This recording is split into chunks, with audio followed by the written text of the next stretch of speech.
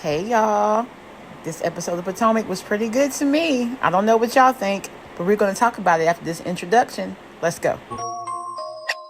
Ready or not? Ready or not? Here I come. Can't hide. Gonna find you and then yo. I play my enemies like a game of chess where I rest. No stress, no success. Hey everybody, welcome to my channel. I am B. Renee, and this is B. Renee Says, where I talk about my life in the entertainment industry, as well as a working professional. And I also talk about love, life, reality TV, and everything in between. Be sure to like, share, comment, subscribe to the channel. Hit that notification bell and you'll be notified of any video I drop. Now let's get into it. So we're back with Tia, opening up again with Tia. What are y'all feeling about Tia this season? I know this is her first season, so it may take a while for her to get acclimated, I guess. But I like her. I think she deserves a second season. But they open up with her, and she actually reaches out to the owners of the old house she lived in when her father was still alive in D.C. And so they went to visit it, and she got, a little emotional about her childhood. And she was talking about how great her dad treated her. He treated her like a princess. And she made a joke about her husband, feeling bad for her husband because he had big shoes to fill as far as living up to responsibilities of taking care of her. So she goes to visit that childhood home. And basically that was pretty much for the opening scene. She went to go visit her home. She got emotional. And that was about it. I love seeing Tia's family, though. They're all very cute, very different. It seems like they're all, even though they're siblings, they all have their own different personalities, which I think is adorable to look at.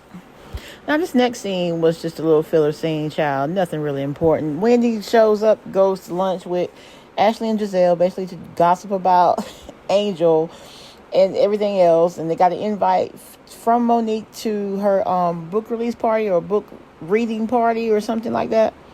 That basically was it. They also got the invitation from Angel, and that scene actually is the I would say the biggest scene in the entire episode.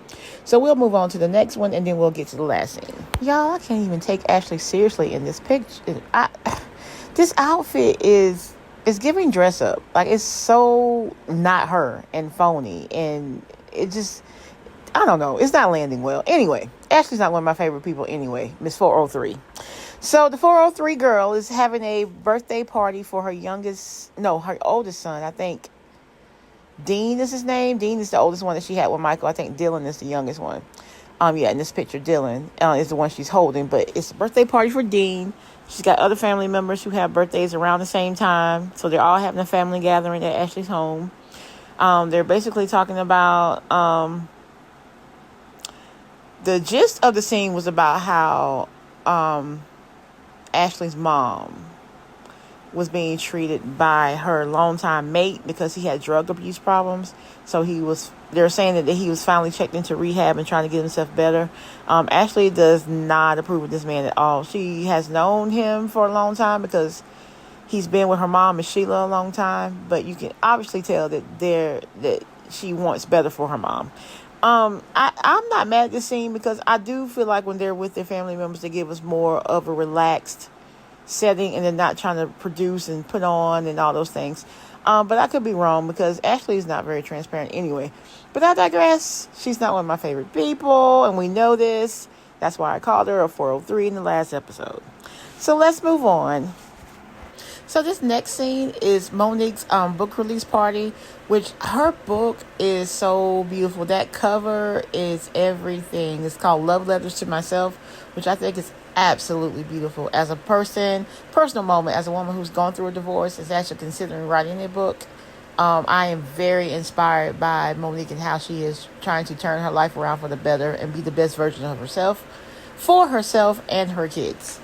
So they're at the book release party, and everyone's settled in. Tia was the last one to get there, and so Monique is like, she decides to say, well, basically one thing she learned about herself is that she's a binder bitch. And you can see Giselle's face in this scene. It's like, yes, she looks a little nervous, okay? Just a little bit. But it actually was all in fun. Monique actually read an excerpt from her book. And of course, production is always funny. They're putting in moments about Monique being long-winded, which she was when she was on there last time, But what she read was absolutely beautiful. So what she did was she had gifts for all the ladies, of course, on the cast. So she gave out all their bags, asked them to open it at the same time, and they all had a binder. Each binder contained a tab for each cast member. And so what she wanted them to do was write a letter to themselves, or what they think about themselves, and then go in each tab and say what you think about that person. So, of course, this launched a whole bunch of he said, she said, we said, I said. That's not what you said. It was a lot that was said, okay? So, they started with Kiana. No, they started with Stacy. Stacy, Giselle, I think, got Stacy's book and was reading it. You know how Giselle is. She likes to produce, making nothing about herself. When they talked about Stacy's tab in Giselle's book, there was nothing on there. And she didn't write anything. Not being shady, of course. But Stacy, being, to me, the MVP of the season, is taking it to the chin, and she's not concerned about it, and she's moving on. Now, I did want to mention, before we go into this last scene, the he said, she said stuff.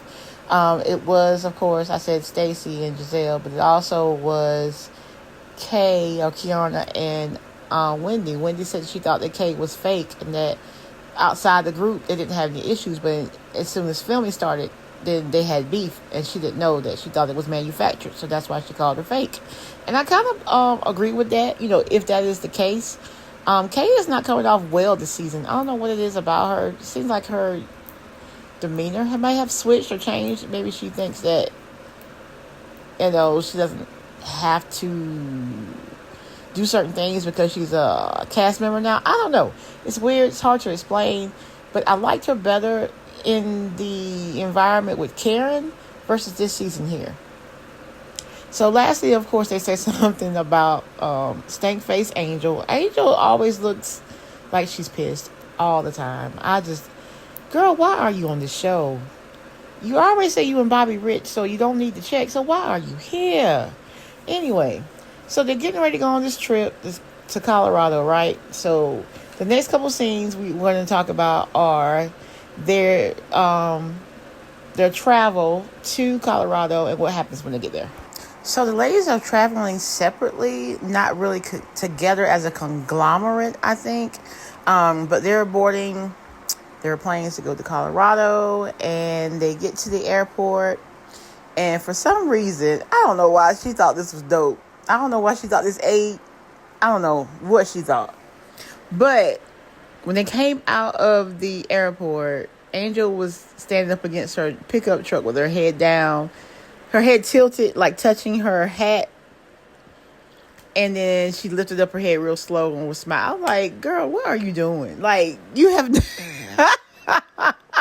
She hasn't been that courteous or that cordial at the entire damn season. And then you want to put on this performance when they come walk out of the airport. I can't. So anyway, she decides to get 2 SUVs, and it's like, I think 2 or 3 ladies in each one. She takes Wendy and Stacy with her. She gets in the truck and she tells she tells Wendy that she's always liked her. She really does, in spite of their run-in earlier on or something like that. I'm like, what? When have we ever seen Angel say that she really liked Wendy? Because I feel like she said it and then she took it back. Like that time when they went to wherever they went, that trip they went with Giselle. What was it called? Niva, something. That trip. Because she was hanging out with the ladies, really, having a good time, or so it seemed. And then when she went in the room with Kay and had a conversation with her, then she said she goes to sleep and wakes up and it's still on her or something like that, even though she's already forgiven. Girl, I can't.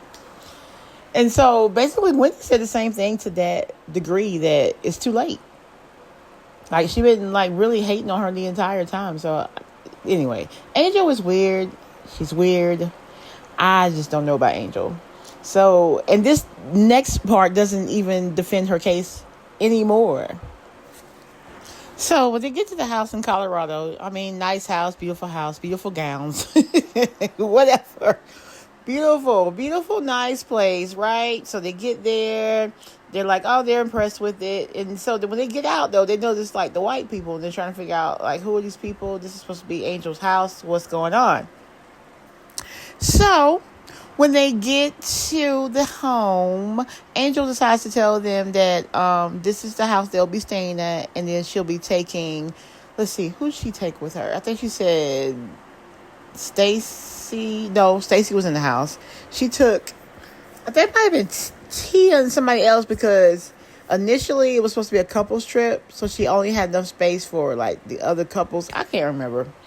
Child, I'm lying. I'm about to say don't start me lying, but I think I already have. Damn. So anyway, they get to the house. She tells them to get settled in and all those things, and then she'll be back later. So they're like, where are you going? She said, back to my house. And Monique was like, well, why aren't we at your house? She was like, just because. And I'm like, this girl cannot be serious. Now, why she got these ladies all the way up here in Colorado and they ain't even staying at her house? Angel is shady. That's shady and dirty. And it's like, it's not even funny because she has not been funny at all this entire season. That is a mess. That's what that is. So they show this map of how long it takes to get from this rental home to Angel's house, and it's like a full hour. Like, just pure ridiculousness. Angel knew exactly what she was doing from the jump, and I think that's kind of crazy that she did that. Now, when they do get look at their rooms at this rental house, she really does it to Ashley and Giselle. She gives Ashley and Giselle a room with single beds, like they go to Howard University up there in the DMV. Shout out to the DMV. Shout out to all the HBCUs in that area. But yeah, so that's what she gives them. And, all the other rooms are pretty decent. So, it's a shade fest the whole time. Giselle's got that stank, entitled face that she used to make at Wendy and some other people on the cast that are no longer there. So she decides to tell them that before they can step across her threshold to her home, that if there's anything else somebody else needs to get out as far as a lie, rumor, what have you, she needs to hear it now. And so it's almost like she's I don't know, just a lot of just grandiose activity and behavior. They do mention the realtor saying that basically she was trying to look like, champagne with a Boone's Farm budget. But she, of course, denies that. So, I don't know. Again, I don't know how I feel about Angel. But that is the episode, y'all. That is all I have to say about this. I hope you enjoyed this commentary. Please like, share, subscribe, comment. Let me know how you feel about this episode of The Real Housewives of Potomac. And I will see from you guys or hear from you guys in the next video. Bye.